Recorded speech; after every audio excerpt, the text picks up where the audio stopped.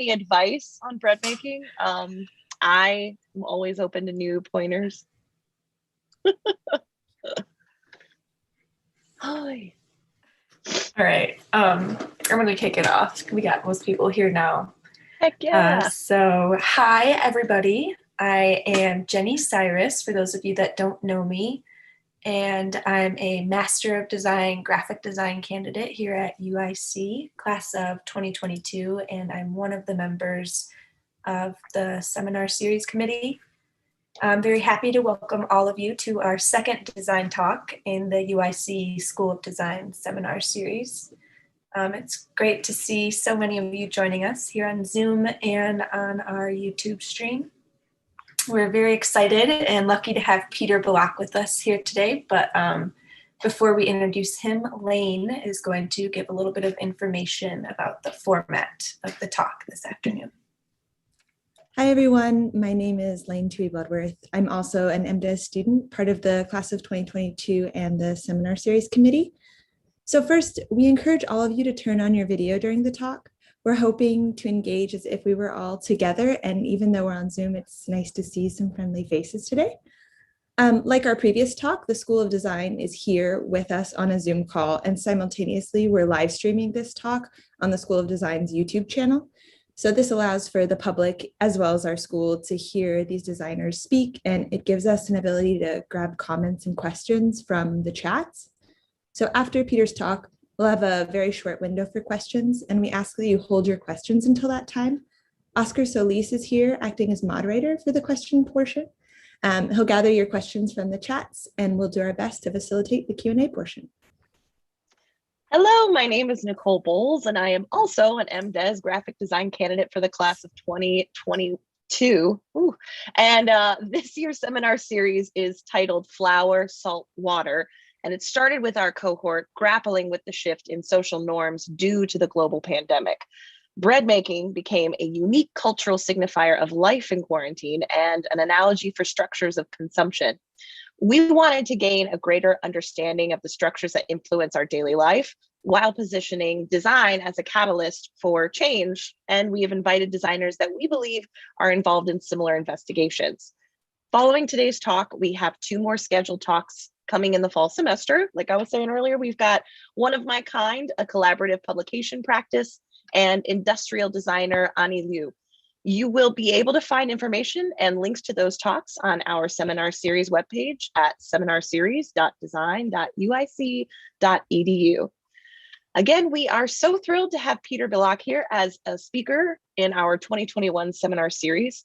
Peter is a multidisciplinary designer who founded the Typotheque Type Foundry, which specializes in type design, typography, and branding. He co-founded the art and design journal ... the magazine Works That Work, and the font rental platform fontstand.com, and makemovethink.org, a foundation for interdisciplinary artistic collaborations. Currently, he also teaches type courses at the Royal Academy of Art. Thank you for being here, Peter. We are thrilled to have you. I'm going to turn it over to you. Hi, hello. I mean, it's a special moment to share my space with you and to present what we're working on. I suppose the work itself will be the presentation, so I'll be very brief in kind of introducing. I run a small studio. It's a company of just 4 people here in The Hague, so we are here in The Hague in the Netherlands. It's the end of the day today, the Netherlands is a place where I've been living for most of my life, but I'm not Dutch. I was born in Czechoslovakia, and in a part which after separation became Slovakia, which is a tiny place. And I think there's something unique about coming from small places. I think like coming from a small place, you know, country of 5 million, I think it's clear that there's a lot of things happening outside, and you are not encouraged, you just figure out that you have to kind of find out how the world looks like outside of the borders. So people usually tend to speak more languages, they tend to travel more, necessarily, because if you travel for 1 hour in any direction, you cross some border. So that led me to study outside. I studied in the UK, in the US for a year, in France, and I ended up studying in the Netherlands where I live and work now. So this is a brief introduction. And one thing which, so by discovering the world by traveling, like, you also find out your own place and your position. So I think this kind of traveling speeds up personal development. Anyway, I'll start sharing my screen.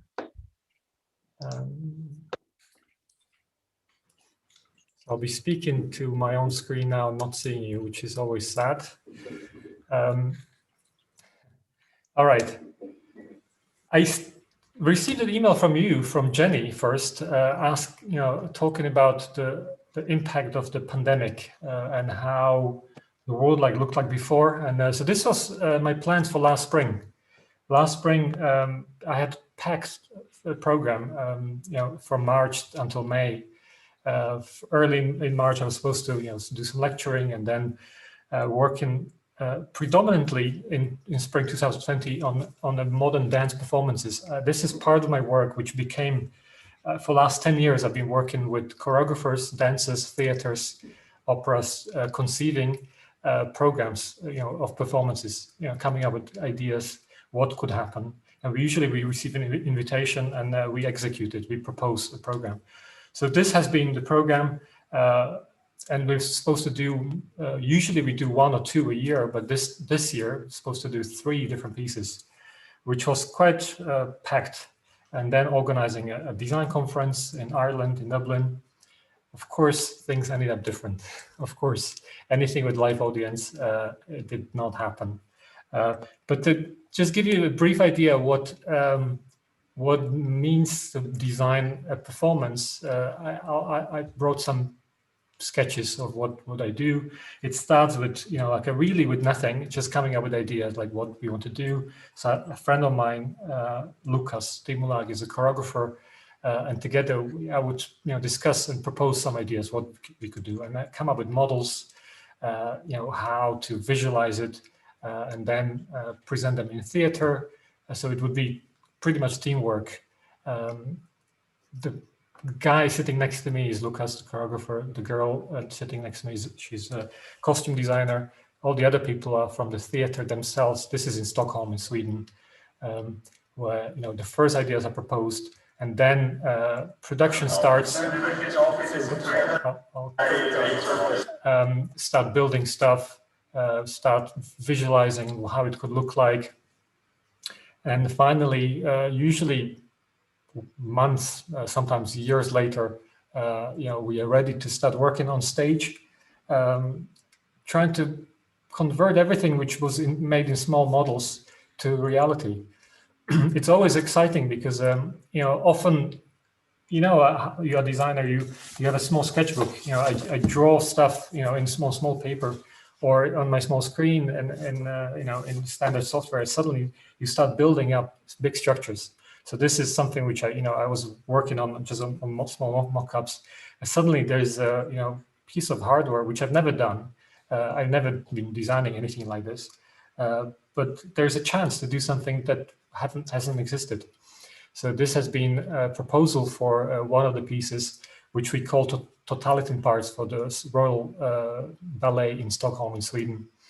And we designed the whole piece around this mechanical sunflower. And there's a small movie which I'll show you part of, which shows you, presents you what it is.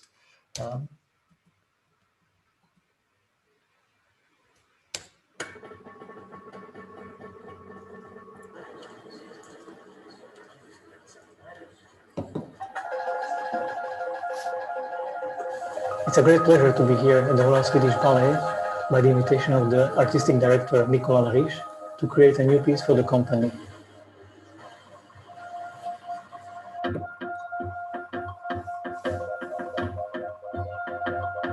I'm working on this piece with a team of collaborators.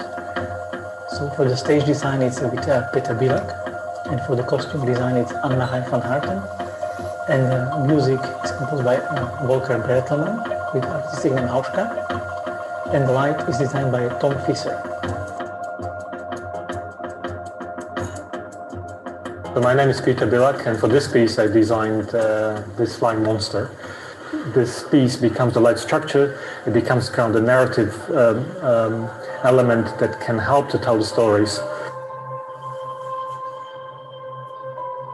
And for example, we try to play with scale, how we can show something which is very big and also looks like an Earth or looks like a universe, but also can look like a molecule, like a cell, like a DNA cell. And we like that idea of scaling, that it looks like we're zooming in.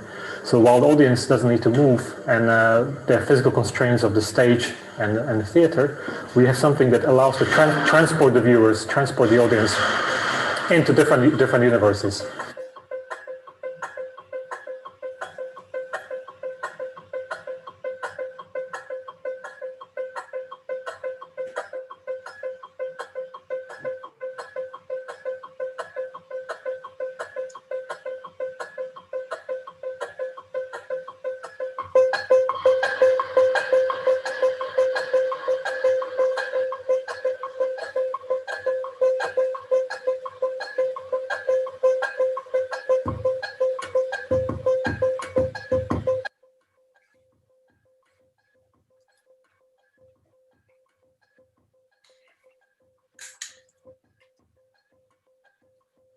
Listening back to the recording, I think it was a very nice snapshot of how I worked in the last couple of years and the strength of the music that I'm doing intuitively. And it was a full improvised concert, so I never rehearsed it beforehand. It was just one take.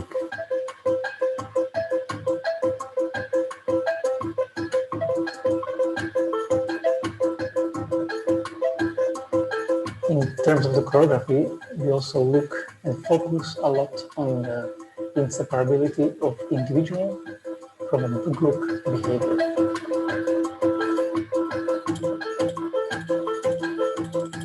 And it's not so much always only about hardware, but it's also like a different way of thinking. It's more integrative. Like they are not thinking from top to bottom, but we're thinking early in the process. We involve different professions, and we kind of try to explore creative ideas to do something which haven't been done. So at the end, we're looking for how new ideas are born and how can they be executed, and how can we work with people in the theater, all of them technicians, to bring it to life.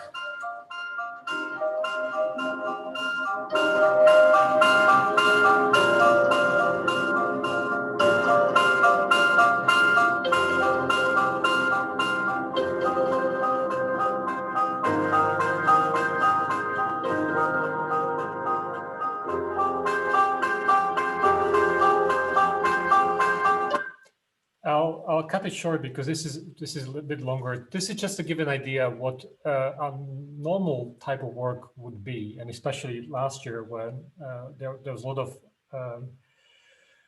scheduled program for different theaters. And needless to say, of course, all of this was canceled. But suddenly, exactly a year ago, in March, April 2020, I would happen to have plenty of time. I would have a lot of flight vouchers from canceled flights, and possibility to rethink, our current practice, because anything with live audience has been canceled. It forced us to do different type of work, which is not a problem because, of course, our practice is quite diverse. We are a strange design studio which operates with very few clients. In fact, most of our work is self-initiated.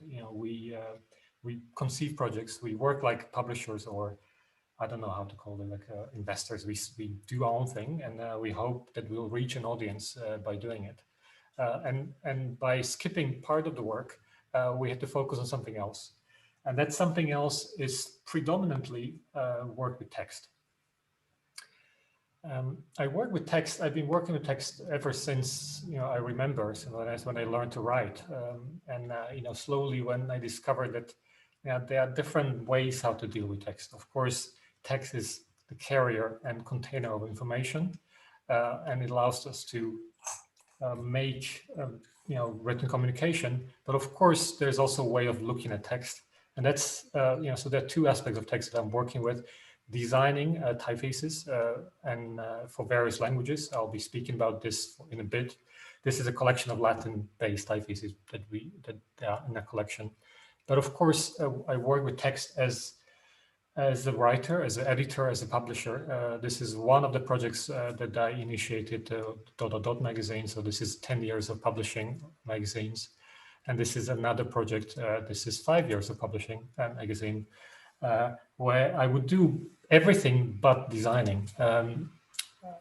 Basically all my work would be basically invisible work, because there would be separate designer who would do the layout of the magazine, but any organization, all the logistics, all the kind of conception work, editing work, publishing work, which is not very tangible, would be my work.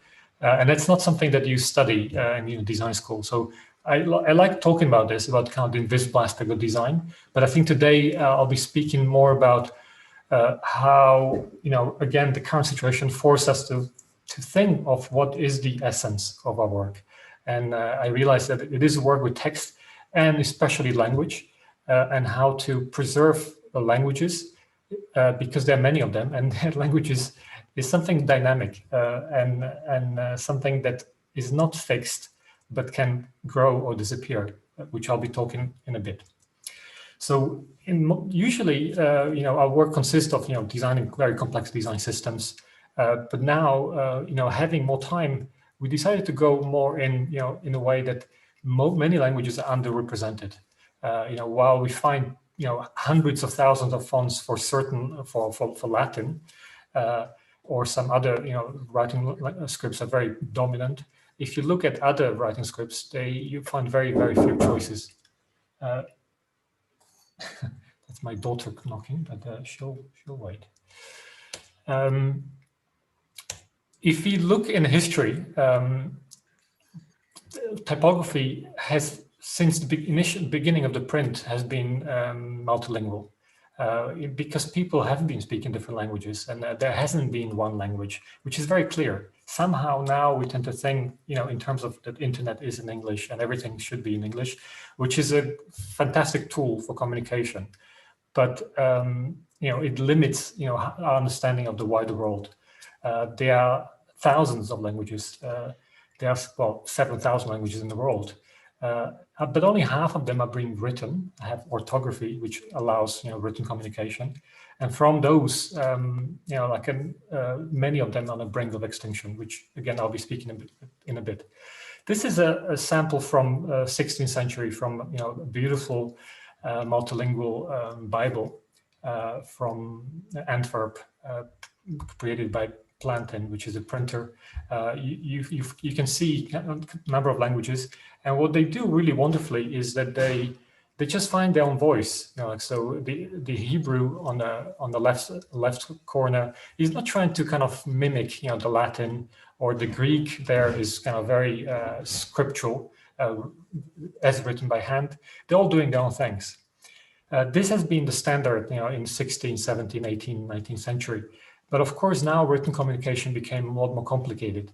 Now we're trying to make sure that we create very complicated typographic hierarchies for signage or for interfaces, and we need to find a way how different fonts can actually work together. But if you look at what they do, this is, for example, one font in your computer system. This is Arial Unicode. Arial Unicode is basically a collage of different fonts glued together without any kind of considerations of how they should be working.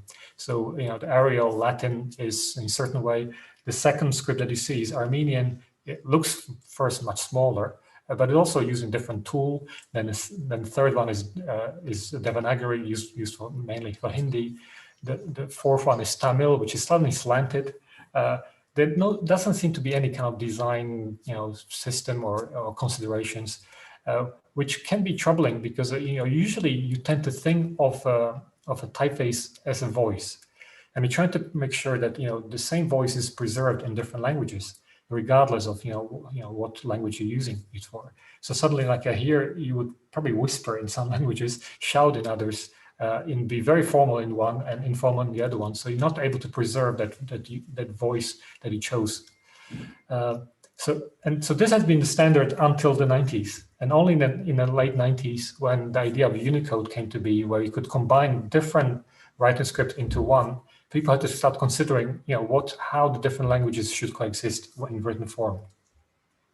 And this has become, the core of our work also, looking at written communication and trying to disregard, often technological progress which has been very temporal. For example, if you look at the books published in India, often they suffer from the limitations because they've been producing technologies which are not made for Hindi, for example. They've been using monotype machines, which were brought by the British, and they tried to make it work for their language. So the best examples were actually handwritten examples rather than using printed samples. In our work, we would collect, to see, what are people's preferences? How do we represent written word today? That it doesn't look only at previous models, which are often insufficient, but try to kind of make the justice to the language, and try to study it, formalize it, and finally able to kind of draw it and work with it. And then look for also technological representation of it that makes sure that it's rendered correctly, which is not an easy thing, because many of these languages, they're called the complex languages, they require different technical solutions. And if it's not made right, there are a lot of clashing, and it becomes not very legible. So we develop tools, software to compare how different languages can coexist. This is one of the tools that we made, for example, that allow us to measure different densities of here Hindi versus Latin, to be sure that they have the same kind of presence on screen. And then we create kind of systems that allow, learn from all advances in typography, in variable fonts, or work with different axes, regardless of the script, which again is not the norm. We often think that many things, cool things happen in Latin, but they are not present with many other scripts. So until now, I've been showing a lot of kind of the dominant languages. So for example, Tamil and Hindi are the big languages of India. But if you look at the map, you actually find hundreds or thousands of languages which are endangered. This is a map of endangered languages of the world. And you find that it's not only, parts of India or Africa, but they are everywhere, in Europe, in the US, in Canada, everywhere. There are languages which are being pushed away for various reasons, and they're disappearing, which is troubling, because, languages is like biodiversity. It takes millennia to develop, but then only, a generation to lose access to knowledge, basically. And it's a permanent loss. So within a generation or two, you can lose, whatever has been, took forever to develop. And that loss represents loss of knowledge and loss of continuity. So part of our work is not paying attention only to, to the languages which are the most popular ones, but to pay attention to also the small ones, marginalized languages, which no one asks us to design them for. So this, for example, is Old Chiki. This is a language of India used for, this is Old Chiki's writing script used for Santali language in India, where the only way we can create a font like this is that we do community outreach. We engage with, with native speakers, we visit them, we talk about it, we validate, the designs, we test them. And these fonts can actually make a difference to this community, because until now there isn't any font which would come with more than one style. There's only very few digital fonts, and for some languages that we work with, they're none, they're zero. So for this one, there's Noto Old Chiki, which is very poorly made because it has been made by someone who didn't have knowledge and never kind of spoke to these people. So we try to do it properly by doing the homework, which is not easy, but it's very satisfying, because it can, actually make a serious impact for millions of people on the ground. This is another such language. This is called Mayak, which is used in the northwest of India, northeast. Which previously has been used, was using only Bengali writing script, and now we can finally return to the manuscripts which are present, and design digital fonts, using latest advances in technology with variable fonts and coming up with same number of styles which Latin do. And again, it can make a huge difference for digital literacy of people, because often, this infrastructure is missing. People could not write, in their own language on text editors and on the mobile phones, because they didn't have the tools. So this is part of our work we do, where we use, this is basically funded by our bigger projects. And then part of it, we kind of put it on side, and we invest in smaller languages. And I'll talk about a few of those later. Type design is a strange thing, which I very much enjoy working on it, even because often you work with gray areas. If you look at type design, essentially it materializes language. Type design is supposed to kind of capture the written, the spoken word.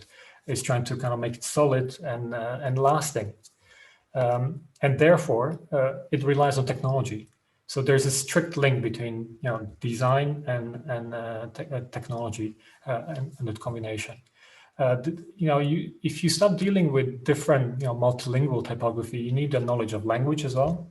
But if you look at these three areas, you study linguistics in a different place, you study technology in a different place, and you study design in a different place, and you rarely find the combination that someone would be good in all three areas. And that's why designers who work across different languages and are able to produce very useful fonts are quite rare, because you need to have all three combined. You need to have a very solid grasp of technology. And I always find it almost disturbing that, for example, I have students from India here at the course where I teach, and they wish to, they speak the language, they have the design skills, but they're not able to create a font for their own native language, because the complexity to create a language for, I don't know, for Bengali or for Tamil, it's so complicated that they're not able to do it, even when they know intimately well, technology. So we're trying to change this by, by standardizing it. And again, I'll speak about it in a bit. What I mentioned is that a lot of our work is self-initiated, which means that we're trying to also make the work accessible to others. So, if I talk about publishing a magazine, it's quite clear. It's about distribution, how to bring it to people.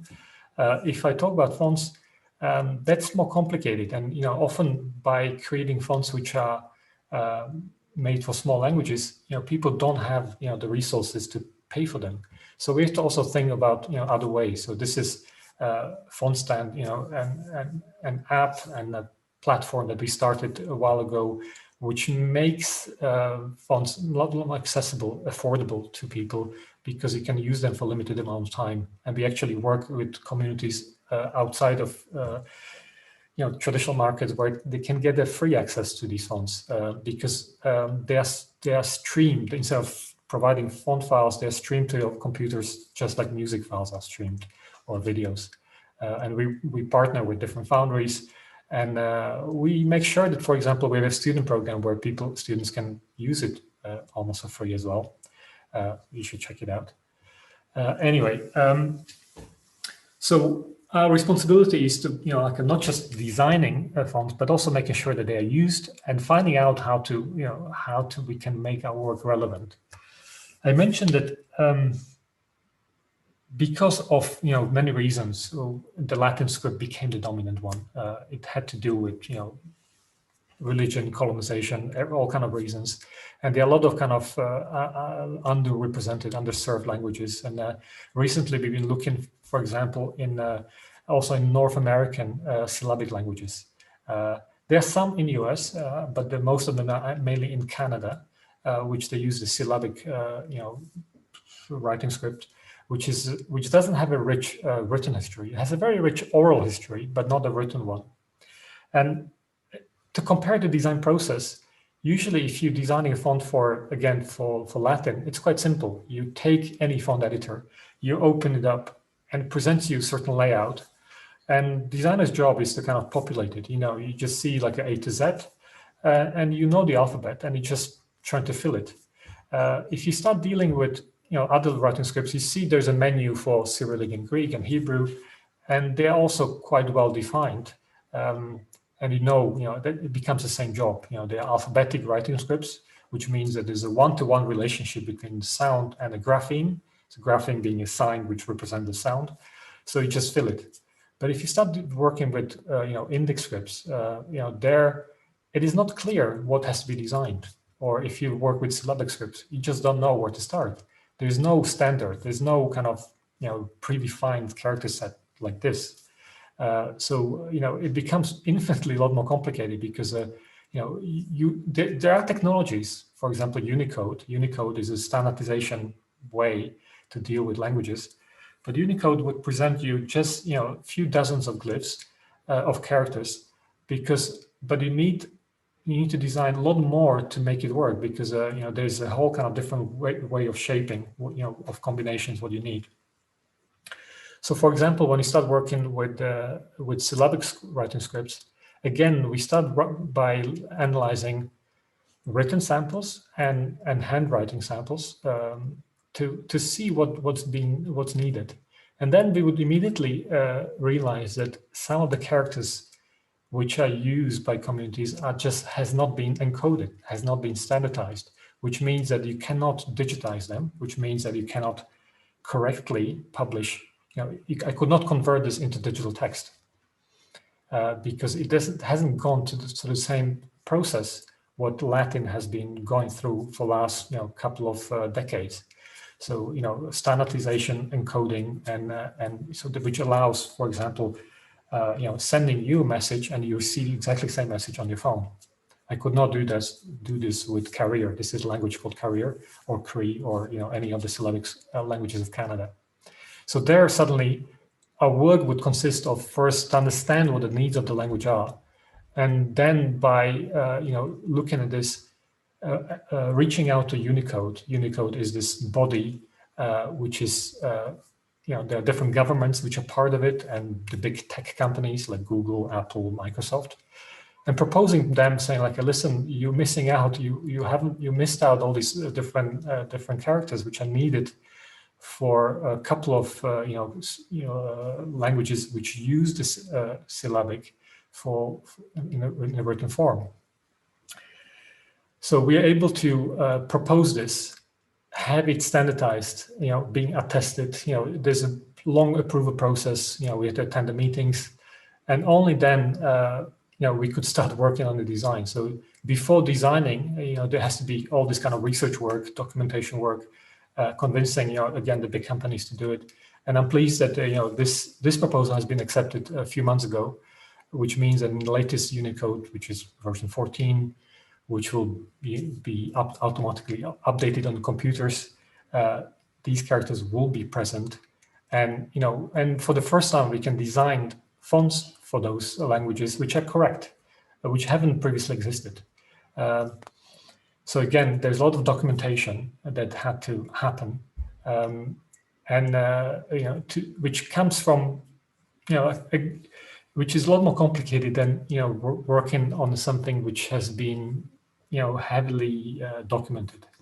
If you work on like a Cyrillic or Greek or Latin, if you look behind it, I have hundreds of books that show you the process of designing and design references. For these kind of languages that I'm showing you here, there's 0 samples. So we hope that we can also produce not just design work, but also documentation that will allow someone else to take it further and to create other more exciting samples than what we did. This is a work that we're doing in-house. Most of the design work is made by Kevin King, who's working with us here, and we felt we made just very basic styles. So this is like a low contrast typeface, and there's also this one where we also proposed a cursive. Basically, I'm avoiding calling it italic because italic refers to kind of historical style, which is part of Latin set, but a cursive, which is written form, very informal form of that can be also used for syllabic and allows different expression for syllabic that you can create different text hierarchies. If I'm looking right, this is my last slide. So if I'm looking at my timer also, it's exactly 30 minutes. So I'm very proud of myself that I finished in 30 minutes. Okay, I'll stop sharing my screen.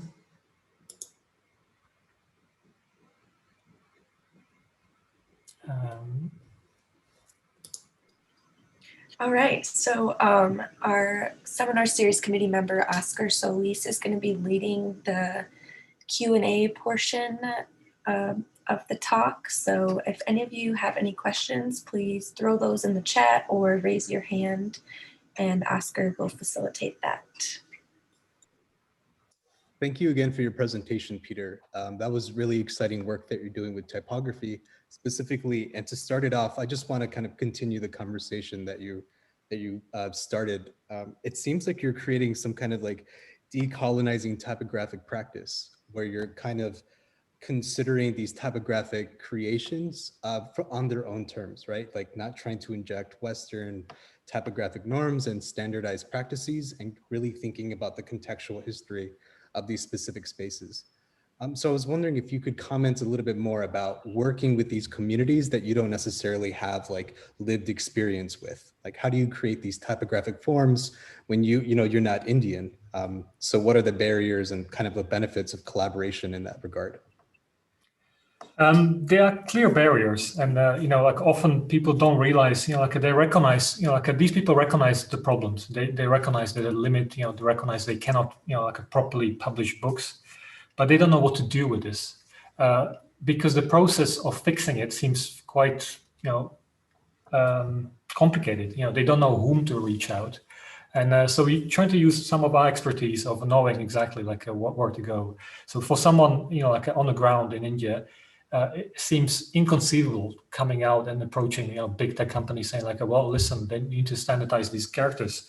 It's very hard to find out who your contact is, what to do it. So when we make connections and like speak to people and explain what we could do, people are very excited, because they get sometimes even emotional for the first time. They can actually write something which seems so obvious for everyone. Like it's very difficult to imagine, like because you never face these difficulties, but for many people, their language and its written form is part of their identity, and by being forced to use somebody else's language is changing your identity. It's changing how you see yourself, how you see your community. So it empowers like a group of people, and so that's why it's really exciting to facilitate this, to do it, and of course, we find it critical to be able to speak to these people and to be sure that we can kind of do it in collaboration with them. So it's not made, just in distance. We actually do the on the ground homework. We travel these places and we engage with them to understand complexity of, why the situation it is as it is. Great, that's very insightful, Peter. Thank you. If we can backtrack a little bit more to your work with modern dance, the question from Daniel is, your practice goes beyond graphic design and experiments with modern dance. Can you describe more about your process with designing type for a live environment and the relationship between letter forms and the human body? Well, it's a completely different thing, but somehow designers, as designers, we're trying to do different things. Every project is different, so if you're a book designer, like every project requires that you rethink what you know, like how to make a book about architecture is different than if you make a book about poetry.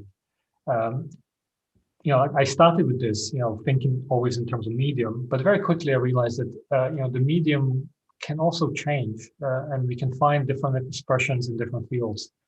At the beginning, you're very kind of sheepish about it because you always have this imposter syndrome, like I'm doing something which I'm not qualified for, which, to be honest, like for most part, almost all work we're doing, we're not qualified for. Like we never come, I'm dealing with languages I don't speak. I'm working with people who may be experts in many areas, and we just trying to collect loose pieces and to know who to speak to work in theater is like this. I pretend to know what I'm doing, but often you don't. You're just coming up with ideas, but I realized that it can also be an advantage. By being an outsider can be advantage, and in many fields. I've seen it in type design that sometimes the most progress is made by people who were not exposed to certain languages, and they could just, without being burdened by some traditions, could actually make progress. And in theater also, I work with dancers, with choreographer, and for example, my partner that I'm working with, Lucas, who's a professional choreographer, he's been dancing since he was 4 years old. So all his life is about movement and dance, which means that he doesn't have the references which I do, which are very different, very, very visual. He thinks very completely differently. And when we speak, although we speak the same language in terms of words, understanding is very different because of his background. And again, being an outsider, I think really like design how to connect with audiences. Him thinking as a dancer, he thinks how to be on stage and what it means for him to move on a stage. I'm thinking a lot more about what it means for the audience, and how to communicate and how to use all the different elements which are there to deliver something to people who come there in their busy lives. Like people take 2 hours or evening off, trying to experience something new, and we try to create this new experience for them, so that is worth it. And we connect, all the previous work, which is not, new. Some of my favorite work is, people who work outside of their professions and to do something, something new. And so I do see type design as a complete separate field as from the dance world. I'm not trying to kind of mimic it. I'm not trying to kind of use the same thing.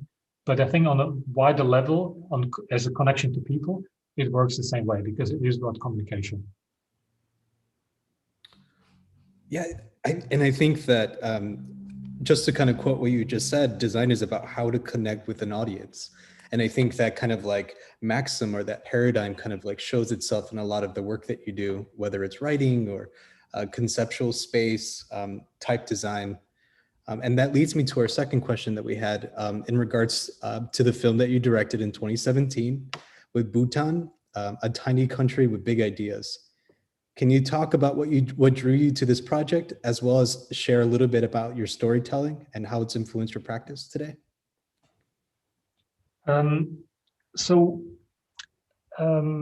Between 2012 to 2018, we've been publishing this magazine called Works at Work. And it is a magazine about what we call about creativity in unexpected places, about unexpected creativity. And the wide idea is that design is not something that that design is everything that humans do. Everything which is man-made is an act of design. But somehow we choose to call it design, and it has a really big price tag.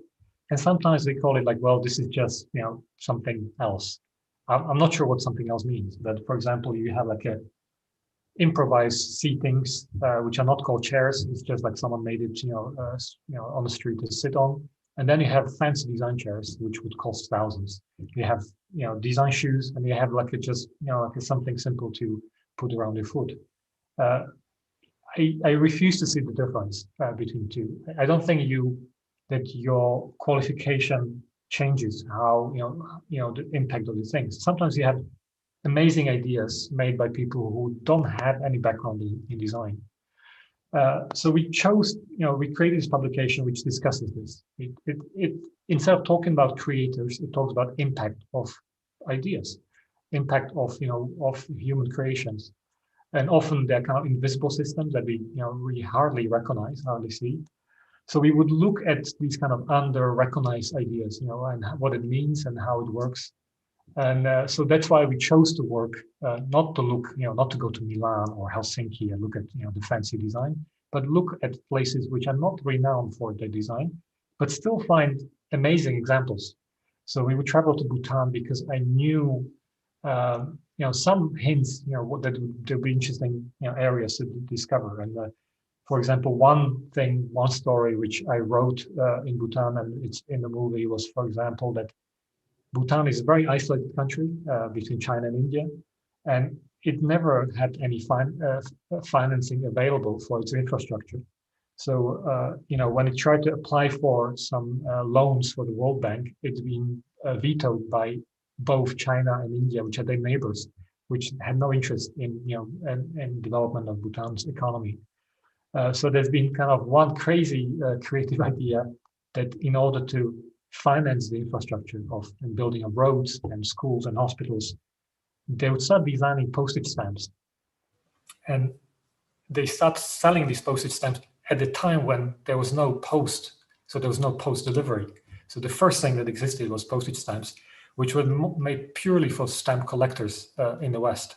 So I remember this from my childhood that, I came across some amazing postage stamps from Bhutan, which, made me discover the country. And now I could go back and trace the history of these stamps, which were made in the 70s. So some of the first, for example, first 3D stamps were made in Bhutan. First stamps produced in extruded plastic were made in Bhutan. First mini LP albums made of stamps are made in Bhutan. All these stamps are made for, as kind of curiosities for collectors outside, and they could put any price tag on it because it didn't represent any kind of, shipping service. It was really made as kind of like exotic, collector's item. But these stamps actually finance building of roads, infrastructure, and eventually building the post office, so that it would allow kind of coming to services. So you would kind of go back and forth to see like what is the impact of design and its power. We would then meet people who designed them. We would talk about it, what it means. Meet a post, a delivery person who backpacks and delivers post now today, across the country and tracks for days to deliver post. So there would be a number of those, like how, I don't know, drones are used in Bhutan because to deliver medicine across, like Himalaya ranges because cars cannot pass it. A lot of things which, we found examples of, amazing piece of design, except very few people would call it design. So this what brought us there, and we produced one printed issue, and we also produced a short documentary. That's amazing. If you haven't seen it, you definitely need to check out more of Peter's work. So we have another question in the chat here. So I'd love to hear more about testing these typographic forms. Do they and how do they test the legibility, readability, and how does it go? Well, so testing can happen, for any writing system. So even when if you're designing for your own native system, there are ways where, there are two terms, legibility and readability. Legibility is just recognizing the form by itself, which is not too difficult because our brains are wired to recognize forms. If it's any kind of skeletal resemblance between the shape, you usually decode it. But of course, reading is more complicated than this. Reading happens in context, and you can help reading, especially in difficult situations. So we do kind of rigorous testing usually when situation needs it.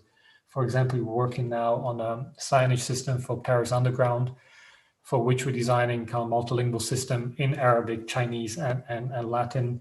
And it has to work in low light conditions for people who are not native readers. So it's completely different types of reading. Or for example, we design typefaces for dictionaries. Again, dictionaries are often used by people who are new to the language. So there are different kind of requirements. For example, like in dictionaries, we would be not allowed to use any ligatures because they confuse people. So often it's a sign of good typography, except suddenly here the good typography functions very poorly because instead of FI ligature, people see it as a new shape, which they don't know what to do with. So legibility means basically evaluating things in context, in how it's going to be read, and you have to simulate that context with your reading group and to see if it's really matching the intention, that you're trying to do. When we work with the smaller languages, it's different because there we're trying to kind of speak and understand the conventions and expectations of different users. Often, a lot of these standards were created without full understanding. For example, even, I mentioned even the big writing script like Devanagari, which is, used for Hindi, it has very localized flavors. So, Devanagari used in north of India is different than from like the middle of India or different in Nepal, and there are different preferred forms for it, what people would expect. In the same way, for example, in Cyrillic, so Russian Cyrillic looks different from Bulgarian Cyrillic, and you need to kind of recognize it and be able to kind of find out what are the expected forms. So a lot of it is, but again, learning and understanding, like cultural preferences and delivering the right choices. So that's why there's a lot of research work that we do, and simulation, and then ultimately, speaking to the end users, well, I hate to call them users, to readers and people on the ground. Yeah, and I think that this line of thinking is exactly what we're thinking about here in the seminar series. Like, who creates these typographic standards, right? Like, what are the preferred forms, and how does that influence the things that we make? So I'm glad that there's a lot of analogies between the work that you're doing and our line of inquiry. So we have another question here in the chat. So could you speak more about your interdisciplinary work? So what's important to you about this kind of work, and how do you see the role of design playing? Well, if I'm thinking from when I was a student, probably younger than you were, I found it, there's always the most exciting part was like figuring things out for the first time. When you make the biggest learning curve. But in the same way how, if you do something for the first time, you're really paying attention. You're not taking anything for granted. You're questioning things, you're learning things, you're trying to find out, like you're making a lot of mistakes, of course, that's part of it. But, like there's a feeling of growth, and I always wanted to maintain it in that design practice. So I thought, like, if I ever have a design studio, I want to be this perpetual student, when I can learn new things all the time.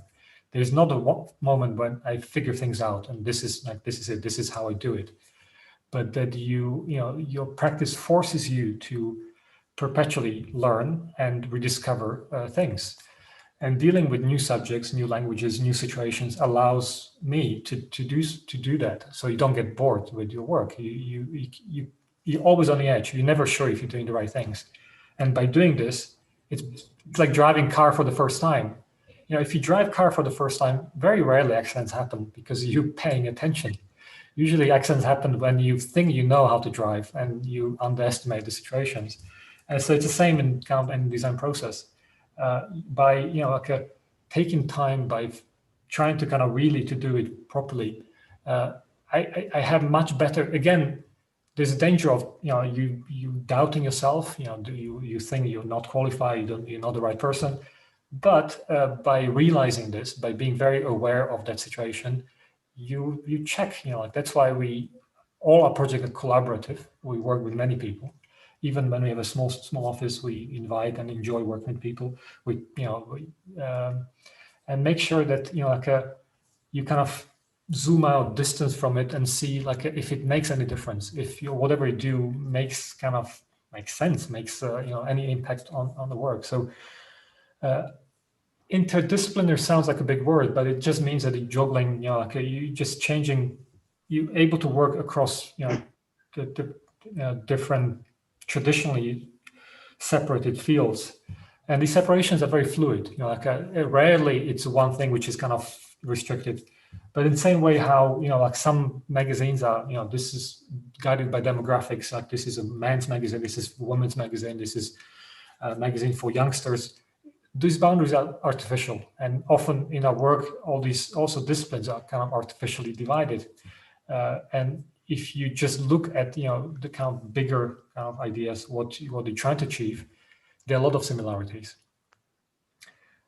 So it's the learning. It's kind of getting confidence also that if you speak to the readers, visitors, and seeing like what effect it does to them, and you learn to shape that experience, and you learn to do something which can be enjoyed by people in the theater. Or I can work with movie, which is maybe that's a different thing. I recognize that sometimes you need clearly professionals who do things much better. But I also recognize that that in collaborations you can actually create useful things which have their own life. Yeah. Great. I think we have time for one more question here. Well, I take your time. I mean, I'm not in a rush, so. Okay, great. Yeah, it's been an amazing conversation. I'm sure we can talk forever. So the question here is, how does the design process of the language start if language relies heavily on verbal communication? Do you consider the geography that the language lives in and existing written languages that live around the areas as a factor for design?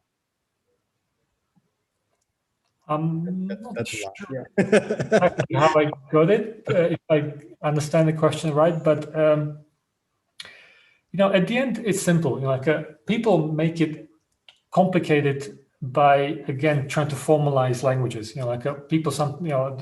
If you speak to linguists, they have endless discussions about what makes a language language. Is it a dialect or is it a language? Is it I consider language anything which people use for the communication. It doesn't really matter how many people use it. Of course, sometimes you can argue it's a dialect. If it's used by a community of people, it is a tool for communication. We sometimes call it, we found another term that we use the term languoid, which covers, it doesn't make a separation between dialects or folk languages or, formalized languages. So we actually, part of our work is a research work where we maintain a database of all the languages of the world and then mapping their orthographies. And so it sounds complicated, but we basically look at what people use for the communication. So often we get data from official census, governmental census data, what they use as a first language, second language, measure how many people use. So a lot of labels, official status of language or what is language are irrelevant. As long as language is used, as it has speakers, there's a need to be formalized, and then we can help it. So we do this work, and the research is important to understand. For example, recently we've been working for Norwegian public broadcaster, and they asked us to, simple job to design a typeface for the company. It's like a Norwegian BBC. Except when we looked at their mandate, what they're trying to do, and it's make information available for all people of Norway, suddenly realized it's not about Norwegian, it's about people of Norway. So let's have a look what people of Norway use. And then it turns out to be more complicated because you realize that there's about 250 languages used in Norway. And we have to create a threshold of, how far do you want to go? What do we want to support? What is feasible, what is available? I think it is also about how you see your role. Sometimes designers only do what they're being asked to. We often like to go deeper and like to kind of question, what that means. So suddenly the client was also surprised, that, if indeed their job is to make information available for any demographics, maybe we need to kind of expand it and communicate in different languages. And we, in our database, we have a historical data, which is quite interesting because we can actually see how languages, basically, we can see the vitality of some languages, how some languages grow and some disappear. Most of them disappear, unfortunately. There are these estimates where 80% of all the available languages that we use today will disappear by the end of the century, which is really troubling, 80%. So that means that from 7,000 languages which are spoken now, only about 1,000 or less will be used, less than 100 years from now.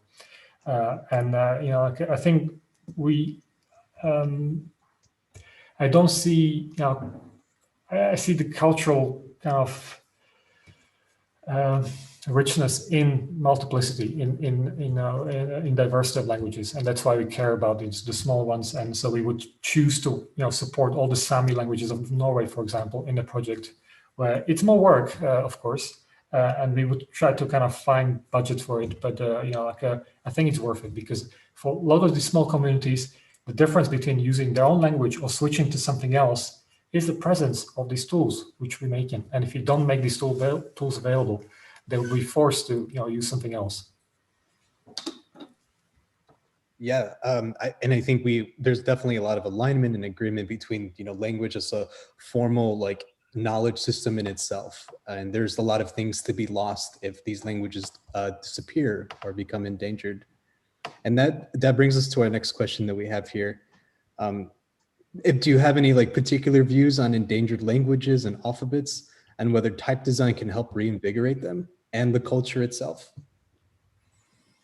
Well, to be honest, type design promotes usually the dominant ones. Most of type designers, they want to sell their fonts, so that's why they will just focus on the most common examples of. Yeah, that's how much money you need.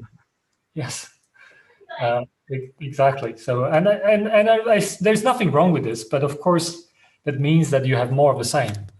So you have more fonts which are made for, I don't know, wedding cards in English, and more Swiss style grotesques, which this is what people want. And so it's hard to do something that no one asks for. And you have to kind of think really hard how to create systems that allow you to do something that no one asks for. But this is, again, most of our work is this. No one asks us to make magazines like this. No one asks us to do anything that we do, except we find it interesting and worthwhile. And we see that actually can make a difference. So I rather make a first typeface for writing script which doesn't have anything, and it's really heavily used, than creating a font version 200,000 for Latin, which may be used, but it's not really essential. It's a luxury product because it's just trying to be different from anything else. So it's a different take. But I don't have any grudges. So of course, if you want to do your whatever typeface, you should do it. And often that's how I started. Also, I started working with Latin only, and only later when I got enough confidence to deal with other languages, often the ones which I don't have the skills for. But you learn how to work with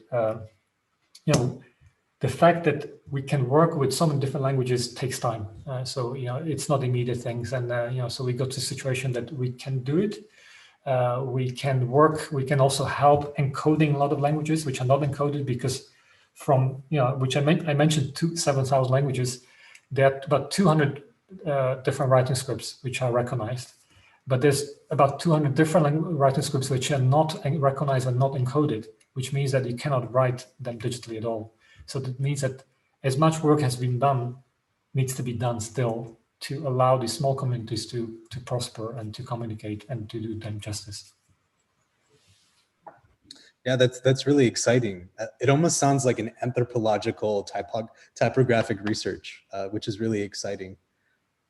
So to kind of backtrack a little bit, we have another question in the chat here about the editorial vision behind ... Can you speak a little bit more about that? Was an early magazine, first magazine that I started. It was actually my final school project when at the Jan van Eyck Academy here in the Netherlands. I made it together with Stuart Bailey and two other friends who then left. And the idea at that time, which is, I think by now, this is 2000. In 2000, the publishing world was quite diverse. There are a lot of magazines, but you could roughly put them in two camps. So you would have some academic magazines, which were theory heavy and interested in discussions, but they're almost impenetrable. They're so dense with information that designers didn't bother reading them. So it became really just a journal for academics. And then you have magazines for designers, but they didn't care about anything else besides appearances. They often it stayed very much on the surface level. So just a lot of pictures.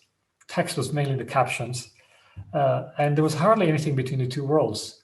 And we thought there has to be something which has proper discussion about design, and also that it doesn't see design as something end on itself. But I see some copies. There you go. These are rare. This is an issue 2 and 3. So that's yeah, I think I only have 2 copies of those. So can I buy it from you? Right. So so it was this, like recognizing like the current situation, which I think all our projects like this. You recognize what the situation is and you're trying to change it. So this was our like a limited understanding.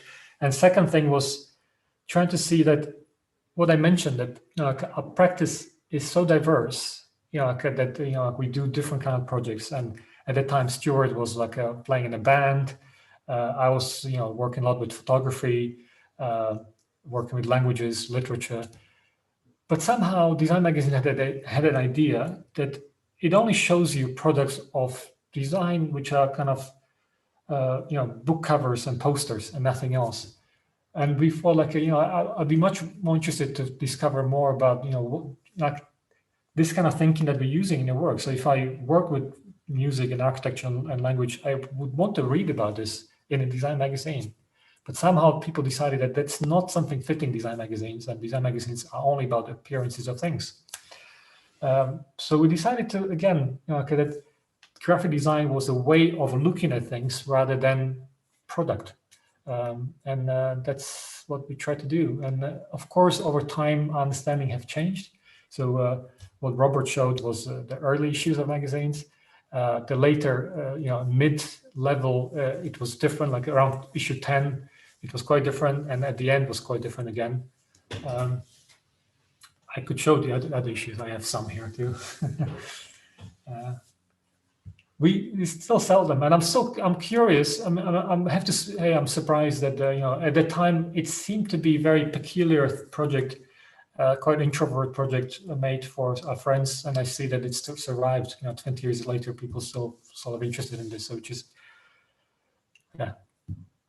interesting. Thank you, Robert, for showing us your collection. That's amazing. So I have another question in the chat here.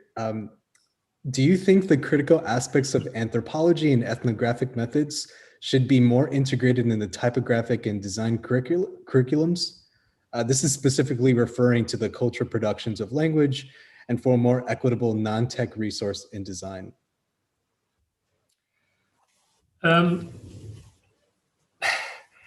I avoid these big terms because often they make it sound complicated. But what I care about is the people, and often, if you scare people with calling it anthropological research, and and I think it creates more boundaries.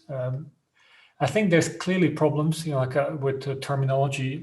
For example, there's still until now the most common term for definition of what I was showing. People would call it, this is non-Latin type design, being by negation that this is you expect like Latin is type design and this is non-Latin, which is crazy. This is if I look at my old books here, and if I would pick like a 19th century type specimen, often they would call it either exotic scripts or or other scripts. In the same way how historically, people have been put, like I say, good white people and good others, and which is troubling, obviously. So, all these world scripts are fascinating. There's a world to learn from those. Often they have a richness which is not possible to translate to. I learned so much from dealing with these writing scripts, which allow me to see, my own languages in a very different light. And you see the troubling, of course, is what I also described, that the reproduction technologies and all the terminology around it was developed in the Western world. So it was not sufficiently supporting, all these marginalized languages. So these languages had to be fit. Latin is one of the simplest, very powerful writing scripts, but it's one of the most simple and simple in a way, that you have a very limited character set, but also simple in a way that it doesn't. There's a lot of room for ambiguity. And for example, if you study different writing scripts, you notice, for example, that some writing scripts do not have, for example, reading dyslexia because they're not as simple as this. So by complexity, you actually you change how human brains work. So simple is great, but not always better. So by learning about other writing scripts, you realize the richness of the world. I don't know what else to say. Like, I think it has to change. I think like people discovering it's a long road. I've seen that some writing scripts made a huge progress. For example, Arabic has been hardly you had hardly many Arabic fonts made 20 years ago, and now you get whole communities which designing a lot of them. Same for index scripts. So it's getting better, of course. So I think now we live in a situation which is better than any time before, but still a long way to go.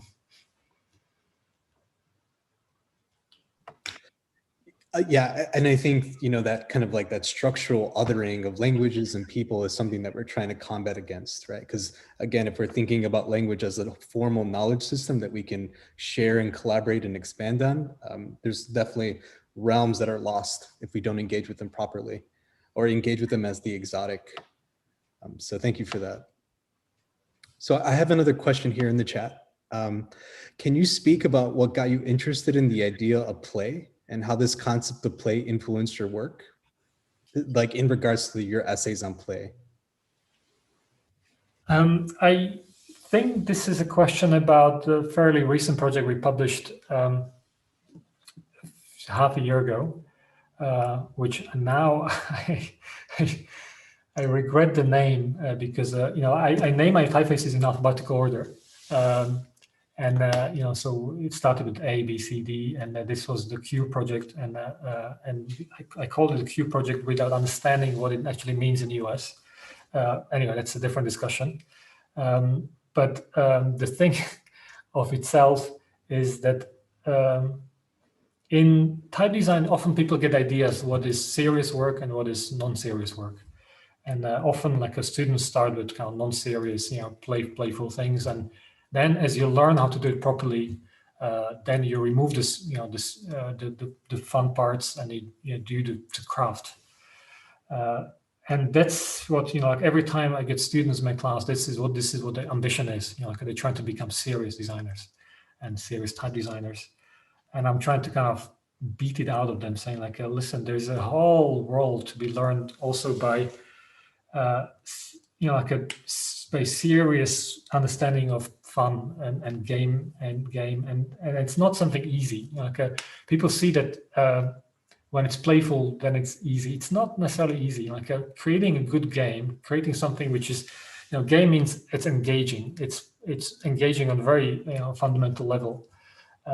It's actually very complicated, and I find it a lot easier to create something which is guided by conventions, which is what serious typography does. Is basically copying conventional methods and replicating ways which have been documented already. So I've been looking at this as now that I've become serious type designer, I can afford to do things which are less serious, and I find it important that I continue doing this. So I designed a kind of play system, which means that it is not predictable. Usually type design is about predictability, that whatever, if I'm working in professional publishing offices, if they buy our fonts for a lot of money, they know exactly what they get. And we do this, so we deliver very professional work. If we work with the big companies, they know what they pay for. But also, I'm trying to create design systems where you are surprised actually what you get. So it is an open-ended design system which is open-ended enough that invites you to manipulate it in a way that you don't know what you're going to receive. So we create just elements in a way how, for example, early Legos are designed in a way that you can build almost anything. So from a number of blocks, you can do today Legos. They seem to be single purpose. They just do this one spaceship or whatever. But in the old days, they allow you to really to kind of to express anything that you wanted to do, and so it was not just geared towards one thing. And there are wonderful examples. One of my favorite examples was, again, from my own country, one of the Czech inventors. He invented contact lenses by using this child game of, that looks like, there's a check name of this game, but it's kind of mechano-like game. And it allowed him to actually create kind of system for prototyping contact lenses. It was never intended that you use it this way. But I think that the fact that you can use a game in this way is wonderful, that it's not just like that you just don't do something that someone engineered it, that there's only one way to do it. So I always wanted to create typefaces which do this, so you can get open-ended system that you can invite others to reinvent completely and mess up and to do something unintended with. Yeah, and I think like your perspectives on play definitely speak to your interest in interdisciplinary, like kind of like modes of operation. Like serious design isn't over here and everything else is on this other side. Like there's definitely a lot of like permeability between these two different disciplines. And I think that's where that exciting kind of moments happen whenever you kind of like allow for the element of surprise. It's like a way of welcoming in the viewer Right. in really new ways. Yeah, which I'm definitely trying to study, right? Studying play, but great, thanks. So I have another question here. Sorry if you have the time. Yeah. Yeah. Okay, great. So Weingart was interested in how far the graphic qualities of typography can be pushed and still retain its meaning. But Stephen Heller, ignored using graphics in typography and characterized it as ugliness in service of fashionable experimentation. Where do you stand on this kind of typographic relation? I don't know. I don't.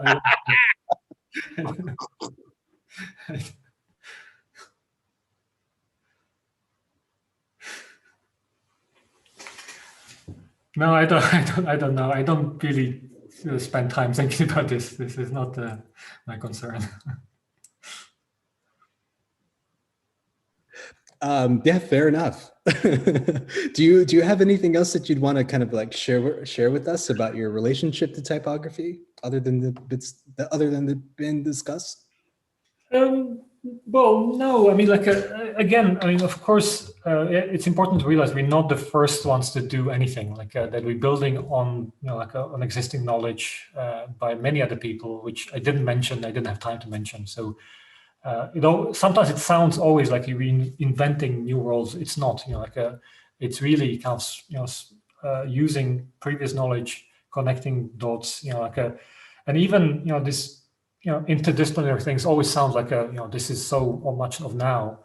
If I look, let me see, this book here, this is one of my favorite books, again, Czech-based, about, it's a poem book from 1920s called The Alphabet.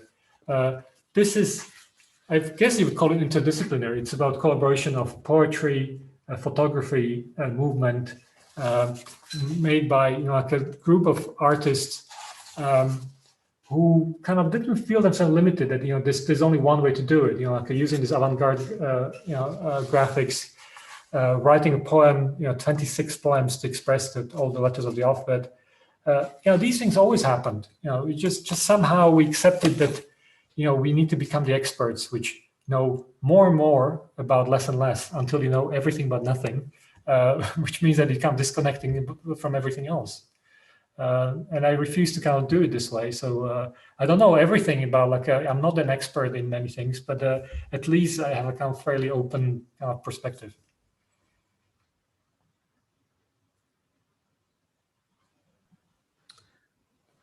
Yeah, that's yeah, thank you again for the conversation today. There's been a lot of like thought-provoking ideas and research to kind of continue on our own. So I'm going to hand it over to Nicole and Lane if you guys have any closing remarks. I don't think I have anything else to say. I think it was really great to hear Peter talk today, and we had some really amazing questions. And so thank you all again for being here. Peter, thank you so much for sharing your time with us and for being here. So I think that's all. All right. Well, thank you. Thank you for the invitation. It's been fun. So I hope everything goes well with your studies, and I'll hear from you again. Great. All right. Thanks again, Peter, and have a good afternoon, everyone. Have a good evening, Peter. And yeah, we'll see you all at the next talk. Thank you. Thanks, Peter.